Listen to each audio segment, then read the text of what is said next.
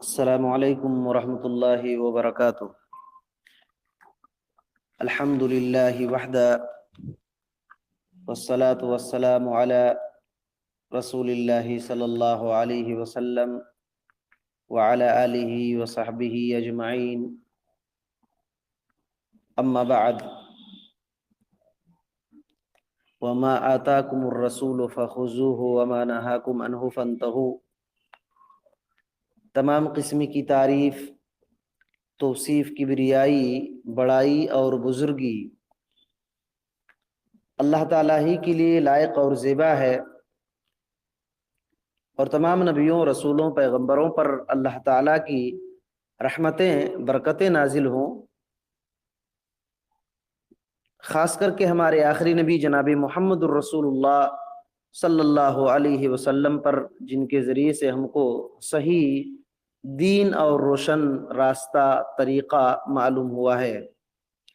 میرے بھائی اور بزرگوں، دوستوں اور پردہ میں رہنے والی خواتین، ہم سبھی کو معلوم ہے کہ ہم لوگ امام احمد بن حنبل، امام اہل سنہ والجماعہ رحمۃ اللہ علیہ کی کتاب اصول السنہ پڑھ رہے ہیں، اور ہم لوگ پڑھتے پڑھتے یہاں تک پہنچے تھے کہ لازمی سنتوں میں سے، جن میں سے کسی ایک کو اگر چھوڑ دیتے ہیں تو اہل سنت والجماعت میں سے نہیں ہوں گے۔ ان لازمی سنتوں میں سے یہ ایک ہے کہ تقدیر پر ایمان لانا، تقدیر، خیر و شر پر ایمان لانا، اور تقدیر کے بارے میں جتنی بھی احادیث ہیں ان حدیثوں کی تصدیق کرنا، سچ سمجھنا، اور ان احادیث پر ایمان لانا۔ ان حدیث کے بارے میں یہ نہیں کہا جائے گا کہ کیوں، کیسے، بس ہم کو سچ ماننا ہے، ایمان لانا ہے۔ اور بات رکی تھی کہ تقدیر کے کئی قسمیں ہیں: تقدیر عام، تقدیر عمری، تقدیر سنوی اور تقدیر یومی۔ ایک عام تقدیر اور ایک عمر کی تقدیر جو ماں کے پیٹ میں اللہ تعالیٰ کے حکم سے فرشتے لکھتے ہیں، اور سنوی، سالانہ جو تقدیر ہے، ایک سال میں کیا کیا ہونے والا ہے لیلۃ القدر میں لکھ دیے جاتے ہیں اللہ کے حکم سے۔ اور یومی، بندہ دن میں کیا کرے گا، اللہ رب العالمین کے حکم سے روزانہ کا معاملہ لکھ دیا جاتا ہے۔ یہاں تک بات پہنچی تھی۔ امام احمد بن حنبل رحمۃ اللہ علیہ نے کیا فرمایا تھا کہ تقدیر کے بارے میں جو احادیث ہیں ان کی تصدیق کرنا ہے اور ایمان لانا ہے۔ کہتے ہیں الایمان کا مطلب، شیخ ربیع بن ہادی المدخلی حفظہ اللہ فرماتے ہیں کہ الایمان بہا ای بالنصوص، ان پر ایمان رکھنا ہے، یعنی نصوص پر، دلائل پر۔ کس کے دلائل؟ قرآن اور حدیث کے دلائل پر ایمان رکھنا ہے۔ لا یقال لما، احمد بن حنبل رحمۃ اللہ علیہ نے فرمایا کہ یہ نہیں کہا جائے گا کہ کیوں، تقدیر کے بارے میں یہ ایسا نہیں کہا جائے گا کہ اللہ تعالیٰ نے کیوں ایسا کیا۔ تو شیخ اس کی وضاحت فرماتے ہیں کہ لما فعل اللہ کذا، یہ نہیں کہا جائے گا کہ اللہ تعالیٰ نے ایسا کیوں کیا، تقدیر میں ایسا کیوں مقدر کر دیا، کیوں نہیں ایسا حکم دیا، اور کیوں اس سے روکا، یہ نہیں کہا جائے گا۔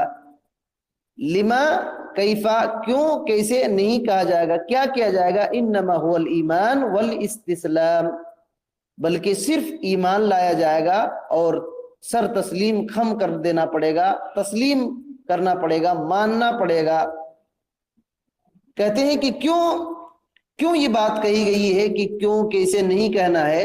فرماتے ہیں لأن هذه التساؤلات قد تكون ناشئة عن الاعتراضات على الله تبارك وتعالى على قدره، على شرعه، على امره۔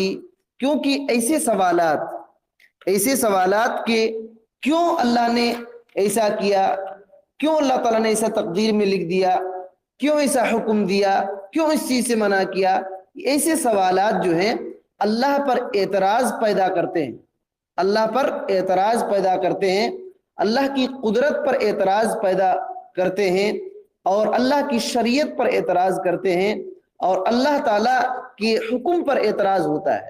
وہی تو بات ہے نا کہ کیوں اللہ تعالیٰ نے ایسا حکم دیا. گویا کہ بندہ اعتراض کر رہا ہے اللہ رب العالمین پر، اللہ کے حکم پر، اللہ کی شریعت پر، تو یہ بات غلط ہے. اسی وجہ سے بندے پر کیا ہے، فرماتے ہیں فما علیک الا التسلیم.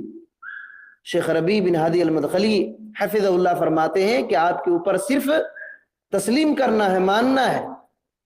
خاصتاً فی باب القدر، خاص طور پر تقدیر کے باب میں، تقدیر کے مسئلے مسائل میں، تقدیر کے بارے میں جو باتیں قرآن و سنت میں آئی ہوئی ہیں، کیوں، کس لیے، کیسا، یہ سب کہنے کی ضرورت نہیں ہے. خاص طور پر تقدیر کے بارے میں تسلیم کرنا ہے، ماننا ہے. کیوں کہتے ہیں لأن باب القدر کما یقال سر اللہ تعالی، سر اللہ تبارک و تعالی، کہتے ہیں کہ کیونکہ تقدیر کا جو باب ہے، جیسا کہ کہا جاتا ہے، یہ اللہ تعالی کی راز ہے، یہ اللہ رب العالمین کی راز ہے. اللہ رب العالمین نے اس کو چھپا کر رکھا ہے، مخلوق کو یہ بتایا نہیں ہے. اسی وجہ سے کیوں، کس لیے، کیسا، اس طرح سوال کرنا غلط ہے، یہ راز ہے.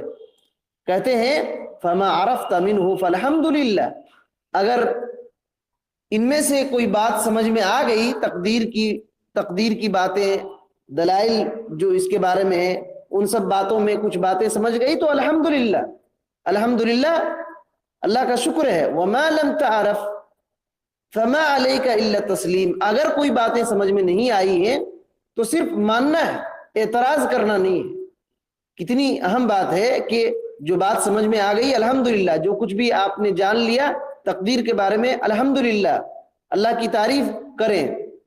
جو نہیں سمجھ میں آیا ہے تو اس کا مطلب یہ نہیں کہ اعتراض کریں، بلکہ جو نہیں سمجھ میں آیا ہے اس کو تسلیم کریں، مان لیں. لا تقل لما ولا کیفا، یہ نہ کہیں کہ کیوں اور کیسے. انما هو التصدیق والایمان بها، اس کو سچا سمجھیں اور ایمان لائیں. کہتے ہیں ھذا الواجب علی المسلم، یہ مسلمانوں پر واجب ہے، مسلمانوں پر واجب ہے کہ کوئی بات سمجھ میں نہیں آئی پھر بھی اس کو تسلیم کر لے، تصدیق کرے، یہ مسلمانوں پر واجب ہے. کہتے ہیں کہ ھذا مقتضی شہادت اللہ الہ الا اللہ وان محمدا رسول اللہ، کہتے ہیں کہ یہ جو ہم نے لا الہ الا اللہ کی گواہی دی ہے، اس کا تقاضا ہی یہی ہے، اس کا تقاضا یہی ہے. یعنی ہم نے جو لا الہ الا اللہ پڑھا ہے اس کا مطلب ہی یہی ہے کہ تسلیم کیا جائے. محمد الرسول اللہ جو ہم نے گواہی دی ہے کہ آپ صلی اللہ علیہ وسلم اللہ کے رسول ہیں اور اللہ تعالیٰ ہی معبود برحق ہے، تو یہ بات تقاضا کرتا ہے کہ ہم تسلیم کر لیں. بات سمجھ میں آئے نہ آئے، بھیجے میں گھسے نہ گھسے، ہم کو مان لینا پڑے گا. کہتے ہیں کہ انما، کیونکہ اللہ رب العالمین کے لیے آپ نے سر کو جھکا دیا ہے ہر ان چیزوں میں جس کا اللہ تعالیٰ نے حکم دیا ہے، اور جن چیزوں سے روکا ہے اس کو تسلیم کر لینا ہے. جو کچھ بھی شریعت اللہ رب العالمین نے بنایا ہے اس کو مان لینا ہے. اور کہتے ہیں کہ آپ پر یہی خیر و شر، اسی پر جو کچھ بھی تقدیر میں خیر و شر لکھے ہوئے ہیں اس کو بھی مان لینا ہے. یہ پچھلے درس میں جو چھٹی ہوئی بات تھی یہاں سے اب مکمل ہو گئی. آگے ایک اہم اصول اور ذکر کیے جا رہے ہیں، اس کو ہم لوگ دیکھتے ہیں. آگے جو اصول ہے وہ امام احمد بن حنبل رحمۃ اللہ علیہ فرماتے ہیں کہ ومن لم يعرف تفسیر الحدیث ويبلغ عقله فقد كفي ذلك وأحكم له فعليه الإيمان به والتسليم له، مثل حديث الصادق المصدوق، ومثل ما كان مثله في القدر، ومثل أحاديث الرؤيا كلها. وإن نأتي عن الأسماء واستوحش منها المستمع إنما عليه الإيمان بها وأن لا يرد منها حرفا واحدا وغيرها من الأحاديث المأثورات عن الثقات. اس کا کیا معنی ہے یہ بہت ہی اہم اصول ہے سنت کے، اس کو سمجھیے۔ امام احمد بن حنبل رحمۃ اللہ علیہ فرماتے ہیں من لم یعرف تفسیر الحدیث، جو شخص، جو آدمی حدیث کی تفسیر نہیں جانتا ہے، جو آدمی حدیث کی تفسیر نہیں جانتا ہے، تقدیر وغیرہ کے بارے میں کوئی حدیث آتی ہے تو وہ نہیں جان پایا، اس کی تفسیر نہیں جان پایا، یبلغہ عقلہ، معنی اس کی عقل میں سمجھ آ گئی، اس کی عقل اسے سمجھ جائے، معنی سمجھ جائے، اس کی تفسیر نہ جانے۔ یہ بات دھیان دے کر کے سنیں، کہتے ہیں کہ تفسیر حدیث کی کوئی جان نہیں پایا، معنی اس کے عقل کو سمجھ میں آ گیا، تو معنی صرف سمجھ میں آ گیا، فقد کفی ذالک، یہی اس کے لیے کافی ہے، یہی اس کے لیے کافی ہے۔ اگر تفسیر نہیں جان پایا تو بھی صرف معنی اس کے عقل میں آ گئی بات، تو اس کے لیے یہی کافی ہے۔ وَأُحْكِمَ لَهُ، اور یہی بات اس کے بارے میں محکم قرار دی جائے گی، محکم ہو جائے گی۔ محکم جو بات آپ لوگوں نے کئی بار سنا ہوگا، ایک متشابہات اور ایک محکم ہوتے ہیں، محکم میں کوئی اعتراض نہیں ہوتا، کوئی شک شبہ کی بات ہی نہیں ہوتی، وہ کھلی کھلی ہوتی ہے باتیں، تو اسی طریقے سے مضبوط کر دی جاتی ہیں۔ تو جو آدمی حدیث کی، کسی حدیث کی تفسیر سمجھ گیا، نہیں سمجھ میں آیا تفسیر، بس اس کا معنی اس کے عقل کو سمجھ میں آ گیا، تو یہی اس کے لیے کافی ہے، اور یہ محکم کے درجے میں کر دی جاتی ہے۔ تب اس پر کیا بنتا ہے، کیا واجب ہوتا ہے؟ فَعَلَيْهِ الْإِيمَانُ بِهِ وَالتَّسْلِيمُ لَهُ۔ امام احمد بن حنبل رحمۃ اللہ علیہ کہتے ہیں کہ تب ایسے بندے پر ایمان لانا اس حدیث پر واجب ہو جاتا ہے، اور اس کو ماننا، تسلیم کرنا واجب ہو جاتا ہے۔ کہتے ہیں کہ مثل حدیث صادق المصدوق، مثال کے طور پر صادق المصدوق والی حدیث، صادق المصدوق والی حدیث بولے تو حضرت عبداللہ بن مسعود رضی اللہ تعالی عنہ کی حدیث جو اس سے پہلے پار ہوئی ہے کہ اللہ رب العالمین ماں کے پیٹ میں فرشتے کو بھیجتا ہے جب 120 دن ہو جاتے ہیں، جب 120 دن ہو جاتے ہیں تو ماں کے پیٹ میں فرشتے کو اللہ تعالیٰ بھیجتا ہے، اور اس کی عمر، اس کے اجل، اس کے نیک اور برے ہونے کو اور اس کے رزق کو لکھا دیتا ہے اللہ رب العالمین، اللہ کے حکم سے فرشتہ لکھ دیتا ہے۔ یہ حدیث صادق المصدوق ہے۔ تو اس طرح سے یہ حدیث جو ہے، اس پر ایمان لانا، اس کو تسلیم کرنا واجب ہے۔ وَمِثْلُ مَا كَانَ مِثْلُهُ فِي الْقَدْرِ، اور اسی طریقے سے جو تقدیر کے بارے میں احادیث اور آئی ہوئی ہے، ان کے بارے میں بھی ایمان لانا، ان کو تسلیم کرنا اس بندے پر واجب ہو جاتا ہے۔ وَمِثْلُ أَحَادِيثِ الرُّؤْيَا كُلِّهَا، اور تمام کے تمام وہ احادیث جو رویت سے تعلق رکھتی ہے، بولے تو قیامت کی دن مومن بندے اللہ رب العالمین کو دیکھ پائیں گے، اس بارے میں جتنی بھی احادیث ہیں وہ حدیث کو ماننا، ایمان لانا ان حدیث پر واجب ہے۔ وَإِن نَأْتِ عَنِ الْأَسْمَاءِ، کہتے ہیں کہ گرچہ سننے میں عجیب لگے، گرچہ سننے میں عجیب لگے، وَاسْتَوْحَشَ مِنْهَا الْمُسْتَمِعُ، اور سننے والا حیران ہو جائے کہ یہ کیسے ہوتا ہے۔ بات وہی ہے نا، صادق المصدوق والی حدیث آپ غور سے سنیں گے تو بہت سارے لوگ حیران ہو جاتے ہیں کہ فرشتہ ماں کے پیٹ میں رحم مادر میں کہاں سے چلا گیا۔ تو گرچہ سننے میں عجیب لگے اور سننے والے کو حیرانی ہو، لیکن یہاں ایک بات یاد رکھیے، اہل ایمان کو حیرانی نہیں ہوتی ہے، اہل ایمان کو حیرانی نہیں ہوتی ہے۔ آگے شیخ ربیع بن ہادی المدخلی حفظ اللہ نے اس بات کی وضاحت فرمائی ہے کہ اہل ایمان کو حیرانی اور عجیب نہیں لگتا ہے، اہل بدعت کو عجیب لگتا ہے۔ کیوں بولے تو اہل ایمان کو یہ ذمہ داری ہے کہ وہ ایمان لائے اور تصدیق کرے، اہل بدعت کے دل میں کھوٹ ہوتا ہے، اسی وجہ سے وہ دل میں شک شبہ لیے رہتا ہے۔ بہرحال تو امام احمد بن حنبل رحمۃ اللہ علیہ فرماتے ہیں کہ گرچہ سننے والے کو سننے میں عجیب لگے اور حیران ہو، لیکن انما علیہ الایمان بہا، لیکن اس بندے پر صرف ایمان لانا یہ ذمہ داری ہے، واجب ہے۔ وَأَن لَا يُرَدُّ مِنْهَا حَرْفًا وَاحِدًا، اور اس پر یہ ضروری ہے کہ ان احادیث میں سے ایک حرف بھی رد نہ کرے، ایک حرف بھی رد نہ کرے۔ وَغَيْرَهَا مِنَ الْأَحَادِيثِ الْمَأْثُورَاتِ عَنِ الثِّقَاتِ، اور ان کے علاوہ جو بھی وہ احادیث جو رسول اللہ صلی اللہ علیہ وسلم سے نقل کر کے ثقات راویوں سے آئی ہوئی ہے، تمام احادیث پر ایمان لانا ضروری ہے۔ تو اس کو ایک بار اور اچھی طرح سمجھ لے کہ جو آدمی کسی حدیث کی تفسیر کو نہ جان پائے، اس کے معنی کو سمجھ لے، اس کی عقل معنی کو سمجھ لے، تو یہی اس کے لیے کافی ہے اور اسی کو محکم کر دیا جاتا ہے۔ پس ایسے بندے پر ایمان لانا ان احادیث پر واجب ہے، ان کو ماننا واجب ہے۔ مثال کے طور پر صادق المصدوق والی حدیث اور اس طرح سے دوسری جو تقدیر کے بارے میں احادیث آئی ہیں، اور اسی طریقے سے وہ تمام احادیث جو اللہ رب العالمین کی دیدار کے بارے میں، قیامت کے دن دیدار ہوگا، اس معاملے میں جو حدیث آئی ہیں ان کو ماننا، ان پر ایمان لانا یہ واجب ہے۔ اور چاہے سننے والے کو کتنوں عجیب لگے اور حیران ہو، لیکن ایمان لانا واجب ہے، بس اس پر ایمان لانا واجب ہے۔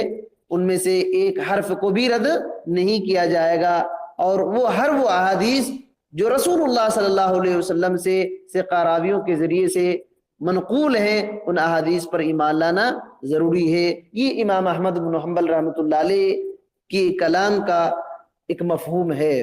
آگے جو شرح میں بات ہے، شیخ ربیع بن ہادی المدخلی حفظہ اللہ نے جو وضاحت فرمائی ہے، وہ ہم لوگ تھوڑا آگے بڑھتے ہیں۔ فرماتے ہیں کہ امام احمد بن حنبل رحمۃ اللہ علیہ نے جو یہ بات کہی ہے کہ کوئی آدمی اگر حدیث کی تفسیر نہ جان پائے، بس معنی سمجھ لے تو اس کے لیے کافی ہے۔ اس کے بارے میں قرآن مجید کی ایک آیت پیش کرتے ہیں شیخ ربیع۔ اللہ تعالیٰ نے سورہ بقرہ کی آیت نمبر 280/6 میں یہ فرمایا، لا یکلف اللہ نفسا الا وسعها۔ اللہ تعالیٰ نے فرمایا کہ اللہ کسی جان کو اس کی طاقت سے زیادہ تکلیف نہیں دیتا، بوجھ نہیں ڈالتا۔ تو بندہ حدیث کی تفسیر نہیں جان پایا، بس سمجھ لیا تو اس کے لیے کافی ہے، کیونکہ اللہ رب العالمین اس کے طاقت سے زیادہ بوجھ نہیں ڈالے گا۔ اور فرماتے ہیں شیخ کہ بعض ایسے نصوص ہیں، یعنی بعض ایسے دلائل ہیں، قرآن حدیث کی ایسی دلائل ہیں کہ آپ سمجھ نہیں پاؤ گے کہ اس کے پیچھے حکمت کیا ہے، اس کا مقصد کیا ہے، اس کے پیچھے راز کیا ہے۔ اسی وجہ سے آپ جب نہیں سمجھ پائیں گے، فعلیک بالایمان والتصدیق، تو ضروری ہے آپ کے اوپر کہ آپ گرچہ حکمت نہیں سمجھ پائے، ایمان لائیں اور سچ مانیں۔ لأن هذا مقتضى الایمان، کیونکہ ایمان لانے کا یہی تقاضا ہے کہ حکمت سمجھ میں آئے نہ آئے، ایمان لانا ہے، سچ سمجھنا ہے۔ اور مقتضی التصدیق، سچ سمجھنے کا بھی تقاضا یہی ہے کہ ایمان لایا جائے۔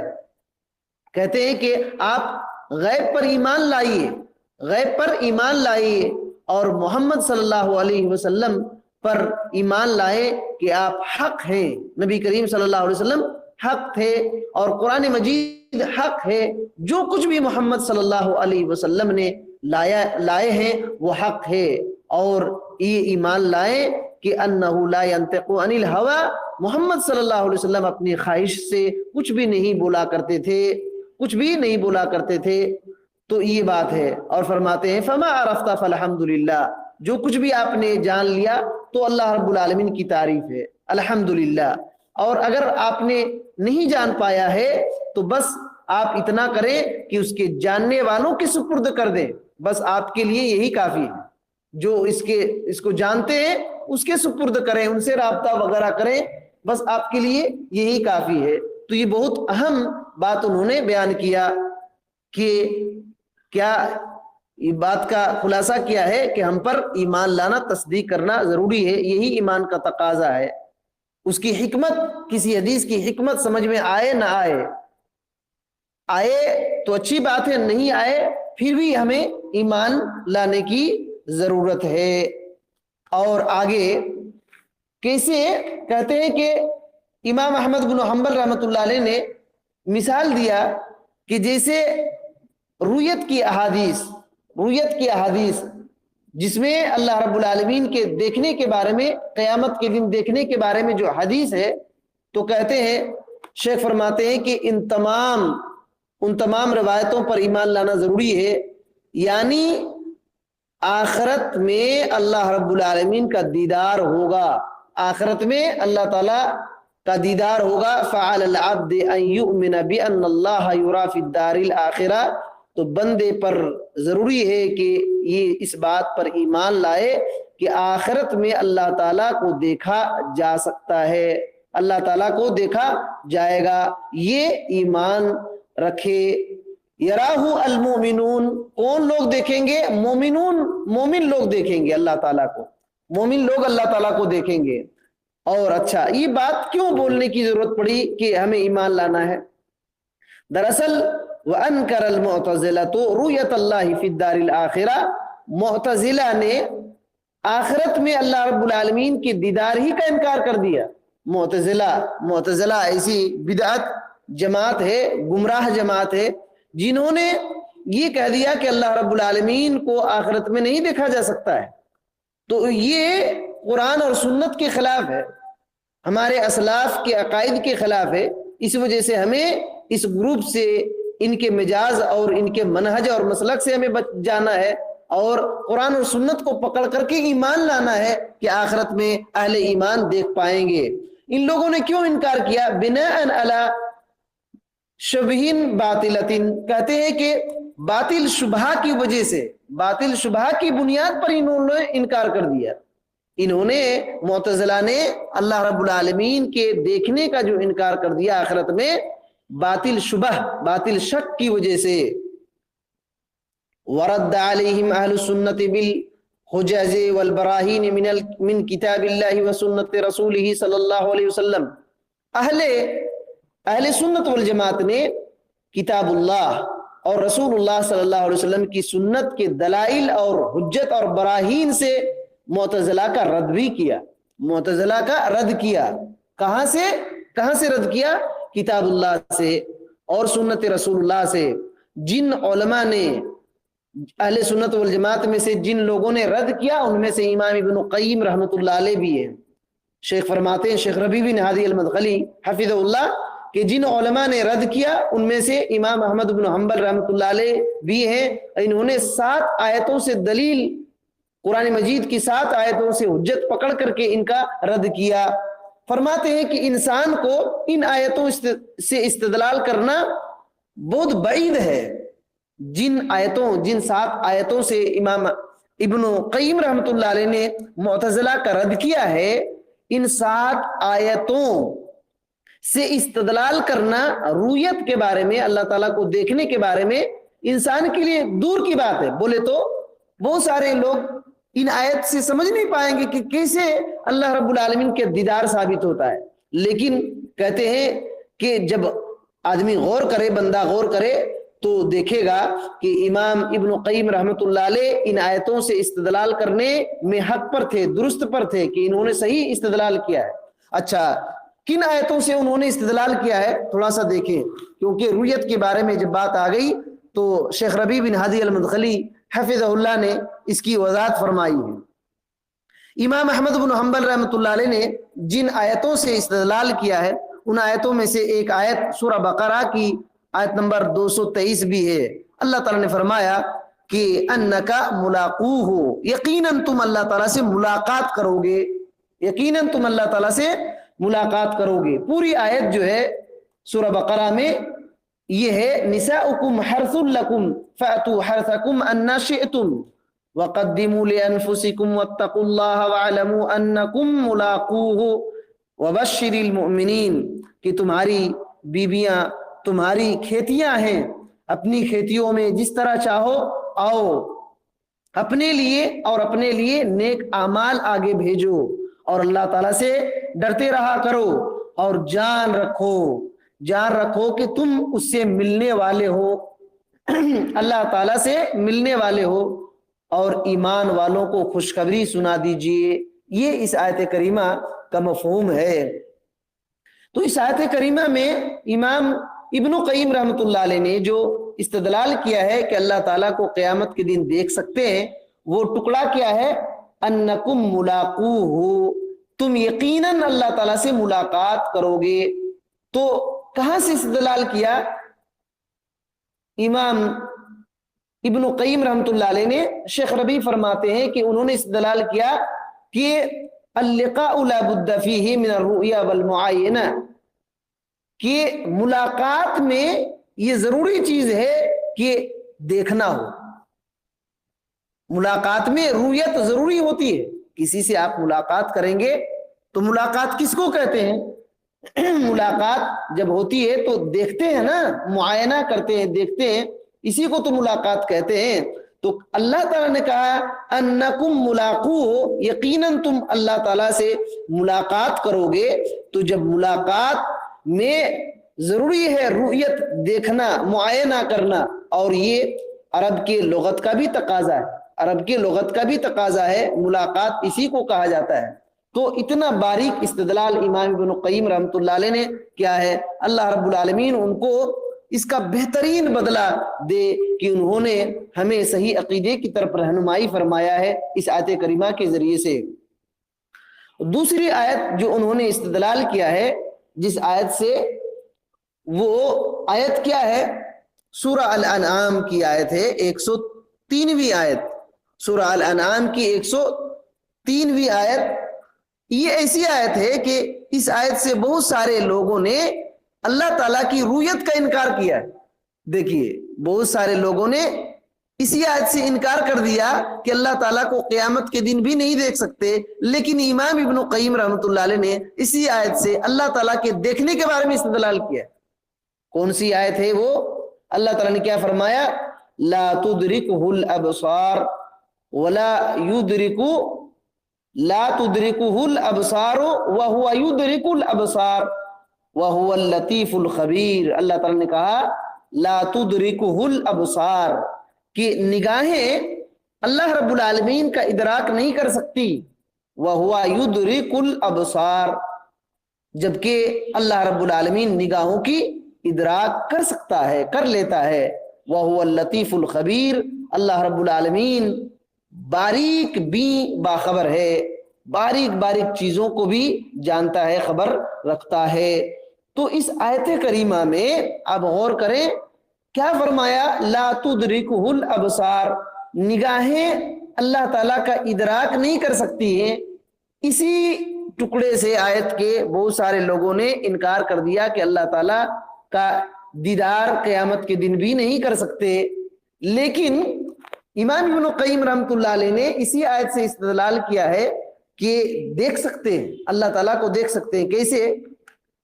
شیخ ربیع بن ہادی المدخلی حفظہ اللہ فرماتے ہیں، نقل شیخ الاسلام ابن تیمیہ ان اللہ لا یتمدح بمجرد النفی، کہ شیخ الاسلام امام ابن تیمیہ رحمۃ اللہ علیہ نے یہ بات نقل فرمائی ہے کہ اللہ رب العالمین کی تعریف صرف مجرد نفی سے نہیں ہوتا۔ اس بات کو آپ لوگ نہیں سمجھے، مجرد نفی سے اللہ تعالیٰ کی تعریف نہیں ہوتی، بلکہ ایسی نفی سے اللہ کی تعریف ہوتی ہے جس میں اس بات بھی ہو، اس بات بھی ہو۔ اس بات کو سمجھیے، آپ کو ابھی تک سمجھ میں بات نہیں آئی ہے، میں کھل کر کے سمجھانے کی کوشش کرتا ہوں۔ صرف نفی سے اللہ کی تعریف نہیں ہو سکتی، یعنی صرف انکار سے۔ مثال کے طور پر معتزلہ، جہمیہ وغیرہ نے انکار کر دیا کہ اللہ تعالیٰ علیم ہے بغیر علم کے، بغیر علم کے علیم ہے، تو انکار ان لوگوں نے کر دیا۔ یہ اللہ کی تعریف نہیں ہے، یہ اللہ کی تعریف نہیں ہے۔ صرف انکار سے تعریف اللہ کی نہیں ہوتی ہے، ایسے انکار سے اللہ کی تعریف ہوتی ہے جس میں اس بات بھی ہو۔ اللہ تعالیٰ سے کوئی چیز انکار کر رہے ہیں تو اس کے مقابلے میں بہترین چیز اللہ کے لیے ثابت ہے۔ مثال کے طور پر اللہ تعالیٰ نے کیا فرمایا؟ لیس کمثلہ شیء وہو السمیع البصیر۔ اسی آیت میں آپ کو یہ بات سمجھ میں آئے گی۔ اللہ تعالیٰ نے کیا کہا؟ لیس کمثلہ شیء، اللہ تعالیٰ کے مثل کوئی چیز نہیں ہے، اس میں نفی ہے۔ اور آگے اس بات ہے وَهُوَ السَّمِيعُ الْبَصِيرُ، اللہ تعالیٰ سننے والا اور دیکھنے والا ہے، اللہ تعالیٰ سننے والا اور دیکھنے والا ہے۔ تو صرف یہ نہیں کہ اللہ تعالیٰ نے کہ اللہ تعالیٰ کی طرح کوئی چیز نہیں ہے، صرف نفی نہیں کیا بلکہ آگے اس بات بھی کیا کہ اللہ تعالیٰ سننے والا اور دیکھنے والا ہے، سننے والا اور دیکھنے والا ہے۔ تو اسی وجہ سے شیخ الاسلام امام ابن تیمیہ رحمۃ اللہ علیہ نے فرمایا کہ صرف نفی سے اللہ تعالیٰ کی تعریف نہیں ہوتی ہے، بلکہ ایسی نفی سے اللہ تعالیٰ کی تعریف ہوتی ہے جس میں اس بات بھی ہو، اور اس کی کئی مثالیں انہوں نے دیا ہے۔ تو اسی طریقے سے اس میں آیت میں بھی وہی معاملہ ہے، اور فرماتے ہیں کہ لا تدرکہ الابصار، اس میں جو ہے رویت کا اس بات ہے، رویت کا اس بات ہے، اللہ تعالیٰ کو دیکھنے کو ثابت کیا گیا ہے۔ اس میں جو نفی ہے، اللہ تعالیٰ نے کیا کہا اس بات کو سمجھیے کہ نگاہیں اللہ کی ادراک نہیں کر سکتی ہے، تو فرماتے ہیں کہ اس میں نفی احاطہ کا نفی ہے، احاطہ کا نفی ہے، رویت کا نفی نہیں ہے۔ احاطہ بولے تو گھیرنا، اللہ رب العالمین کا احاطہ کوئی نہیں کر سکتا ہے، دیکھنے کی نفی نہیں ہے۔ یہ بہت باریک اور اہم نقطہ ہے، اللہ تعالیٰ ہمیں توفیق دے کہ ہم اس بات کو سمجھیں۔ اس کی مثال انہوں نے دیا ہے، دیکھیے شیخ ربیع بن ہادی المدخلی حفظہ اللہ فرماتے ہیں کہ اللہ رب العالمین کو کوئی چیز احاطہ نہیں کر سکتی، گھیر نہیں سکتی ہے۔ اور مثال کیا دیتے ہیں، سمجھ میں آ جائے گی ابھی بات انشاءاللہ۔ کہتے ہیں کہ وَأَنْتَ تَرَى الشَّمْسَ وَتَرَى السَّمَاءَ وَتَرَى كَثِيرًا مِنَ الْمَوْجُودَاتِ وَلَا تَسْتَطِيعُ الْإِحَاطَةَ، کہ آپ سورج کو دیکھتے ہیں، آسمان کو دیکھتے ہیں، بہت ساری ایسی چیزوں کو دیکھتے ہیں جو موجود ہیں۔ ہم آسمان کو دیکھتے ہیں نا، لیکن آسمان کو پورا اپنی نگاہوں سے گھیر سکتے ہیں؟ پورا کہ پورا گھیر سکتے ہیں؟ سورج کو دیکھتے ہیں لیکن پورے سورج کو اپنی نگاہوں سے گھیر سکتے ہیں؟ یہ ہمارے گھیرنا طاقت نہیں۔ آسمان کو دیکھتے ہیں، سورج کو دیکھتے ہیں، لیکن استطاعت ہماری نہیں ہے کہ احاطہ کر لیں، احاطہ کرنے کی، گھیرنے کی طاقت ہمارے پاس نہیں ہے۔ تو یہ بات ہے۔ تو اس آیت کریمہ میں جو انکار ہے کہ لا تدرکہ الابصار، نگاہیں اللہ کا ادراک نہیں کر سکتی ہیں، نگاہیں اللہ کا احاطہ نہیں کر سکتی ہے، یہ نہیں کہا گیا کہ نہیں دیکھ سکتی، یہ بات ہے، یہ بات ہے۔ کیونکہ اگر یہ مفہوم لیں گے تو اس حدیثیں جو تقریباً 30 کے قریب آئی ہوئی ہے اللہ تعالیٰ کو دیکھنے کے بارے میں، 30 احادیث آئی ہوئی ہے، وہ احادیث کہاں جائیں گی؟ وہ حدیث کہاں جائیں گی؟ تو یہ بات ہے۔ اور انہوں نے اور ایک دلیل سے استدلال کیا ہے، تیسری دلیل سورہ اعراف کی آیت نمبر 140 پر 3، سورہ اعراف کی آیت نمبر 140 پر 3 میں اللہ تعالیٰ نے حضرت موسیٰ علیہ السلام سے کہا لن ترانی، تو ہرگز نہیں دیکھ سکتے ہو، تو ہرگز نہیں دیکھ سکتے ہو۔ یہ کب اللہ تعالیٰ نے کہا؟ وہ آیت کو آپ یاد رکھیں، پوری آیت میں کیا بات ہے۔ جب حضرت موسیٰ علیہ السلام سے اللہ تعالیٰ نے وعدہ کیا تھا کہ اتنا یہ دن میں آنا، اور جب وقت مقررہ آ گیا اور حضرت موسیٰ علیہ السلام گئے کوہ طور پر، اور اللہ رب العالمین نے حضرت موسیٰ علیہ السلام سے کلام کیا، تو اس وقت حضرت موسیٰ علیہ السلام نے اللہ رب العالمین سے مطالبہ کیا تھا کہ اللہ تعالیٰ میں دیکھنا چاہتا ہوں۔ تو اللہ تعالیٰ نے اس وقت کہا تھا لن ترانی، تو ہرگز تو دیکھ نہیں سکتا، ہاں اس پہاڑ کی طرف دیکھو، اگر پہاڑ اگر اپنی جگہ پر رہا تو تم دیکھ سکتے ہو۔ لیکن اللہ رب العالمین نے جب اپنی تجلی پہاڑ پر ظاہر کیا تو پہاڑ ریزہ ریزہ ہو گیا، اور حضرت موسیٰ علیہ السلام بے ہوش ہو کر کے گر گئے۔ جب ہوش آیا تو انہوں نے کہا سبحانک تبت الیک، اللہ تعالیٰ تو پاک ہے، میں تجھ سے توبہ کرتا ہوں، وَأَنَا أَوَّلُ الْمُؤْمِنِينَ، اور میں پہلے اولین مومن میں سے ہوں۔ تو اللہ تعالیٰ نے کیا کہا؟ لن ترانی، تو ہرگز نہیں دیکھ سکتا۔ تو شیخ ربیع بن ہادی المدخلی حفظہ اللہ فرماتے ہیں کہ یہاں جو دیکھیے بات سمجھنے کی ہے، کہتے ہیں کہ لو کان هذا الامر محرما ومستحیلا ما سأل موسیٰ هذا، کہتے ہیں کہ اگر اللہ رب العالمین کا دیکھنا یہ حرام ہوتا، اگر حرام ہوتا یا ناممکن ہوتا، تو حضرت موسیٰ علیہ السلام اس چیز کا کیسے سوال کرتے کہ اللہ تعالیٰ میں تم کو دیکھنا چاہتا ہوں؟ کیسے سوال کرتے؟ بات سمجھ میں آ رہی کہ کتنا باریک نقطہ ہے۔ اگر اللہ تعالیٰ کو دیکھنا ناممکن ہوتا اور حرام ہوتا تو حضرت موسیٰ علیہ السلام کیوں کہتے کہ اللہ تعالیٰ میں دیکھنا چاہتا ہوں؟ اور اللہ تعالیٰ نے یہ جو کہا لن ترانی تو ہرگز نہیں دے سکتا، تو فرماتے ہیں کہ ما قالا لا ترانی، اللہ تعالیٰ نے لا ترانی نہیں کہا، لن ترانی کہا، لن ترانی کہا، کہتے ہیں کہ لن ترانی یعنی الآن، تو ابھی نہیں دیکھ سکتا ہے، تو ابھی نہیں دیکھ سکتا ہے۔ کب دیکھ سکتا ہے؟ آگے اسی بات کی وضاحت کر دیا اللہ تعالیٰ نے۔ اس آیت کو آپ پڑھ لیں، سورہ الاعراف کی 140 پر 3ویں آیت میں اللہ تعالیٰ نے کہا ہے کہ اس پہاڑ کی طرف دیکھو پہلے، اگر یہ پہاڑ اپنی جگہ پر برقرار رہا فسوف ترانی، تو ان قریب مجھ کو تو دیکھ لے گا، تو مجھ کو دیکھ لے گا۔ تو یہاں جو انکار ہے لن ترانی، حضرت موسیٰ علیہ السلام سے اللہ تعالیٰ نے کہا تو ہرگز نہیں دیکھ سکتا، تو ابھی نہیں دیکھ سکتا ہے۔ اور فرماتے ہیں کیوں اس طریقے سے ہے، شیخ ربیع بن ہادی المدخلی حفظہ اللہ اس کی وضاحت فرماتے ہیں کہ لیکن موسیٰ لا یطیق فی هذا الدنیا رؤیت اللہ، حضرت موسیٰ علیہ السلام نے تو مطالبہ کیا اللہ تعالیٰ کو دیکھنے کا، لیکن اس دنیا میں اللہ تعالیٰ کو دیکھنے کی طاقت حضرت موسیٰ علیہ السلام میں نہیں ہے۔ کیوں نہیں تھی؟ کیونکہ یہ جو بشری ساخت ہے، انسان کی جو بناوٹ اور ترکیب ہے، یہ ایسی ترکیب ہے، اس دنیا میں انسانوں کی بناوٹ ایسی ہے کہ اللہ رب العالمین کی دیدار کی طاقت نہیں رکھ سکتے۔ یہ جو دنیاوی جسم ہے، دنیاوی آنکھیں ہیں، دنیاوی ترکیب ہے، ہماری بناوٹ ہے، اللہ تعالیٰ کی دیدار کی طاقت نہیں ہے۔ کیسے؟ ایک حدیث سے سمجھیں، مسلم شریف کی ایک حدیث ہے، نبی علیہ السلام نے فرمایا حجابہ النور لو کشف لأحرقت سبحات وجہہ منتہا الیہ بصرہ من خلقہ۔ اللہ رب العالمین کا پردہ نور ہے، اللہ تعالیٰ کا پردہ نور ہے، اگر اس کو ہٹا دے اللہ تعالیٰ تو اللہ کے چہرے کی جو کرنیں ہیں، جو اللہ رب العالمین کے چہرے کے سبحات ہیں، وہ جہاں تک اللہ رب العالمین کی نگاہ پہنچتی ہے مخلوق تمام کے تمام جل جائے گی۔ اللہ رب العالمین کا حجاب جو ہے نور ہے، اگر اللہ رب العالمین اس حجاب نور کو ہٹا لے تو اللہ تعالیٰ کے چہرے کی کرنیں جلا دیں گی ان تمام چیزوں کو جہاں تک اللہ تعالیٰ کی نگاہ جاتی ہے۔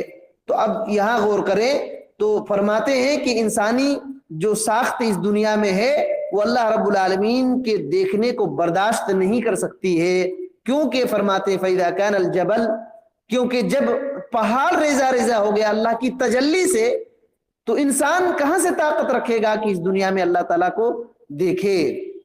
کہتے ہیں لیکن اللہ سبحانہ وتعالی اذا بعث عبادہ وادخلہم الجنہ، لیکن اللہ تعالیٰ جب اپنے بندوں کو دوبارہ اٹھائے گا اور جنت میں داخل کرے گا، اور جنت میں داخل ایسی حیت میں کرے گا کہ اللہ رب العالمین کو بندہ دیکھ سکتا ہے۔ وقت تھوڑا زیادہ ہو گیا، انشاءاللہ بات آگے آئے گی جو جن آیات سے انہوں نے استدلال کیا ہے۔ اللہ رب العالمین سے دعا کرتے ہیں کہ اللہ تعالیٰ ہمیں یہ تمام کی تمام باتوں کو سمجھنے کی توفیق دے، ان باتوں پر ایمان لانے تصدیق کرنے کی توفیق دے، ہر قسم کے گمراہ اور بدعات خرافات رسم و رواج سے بچے رہنے کی توفیق دے، آمین۔ السلام علیکم ورحمۃ اللہ وبرکاتہ۔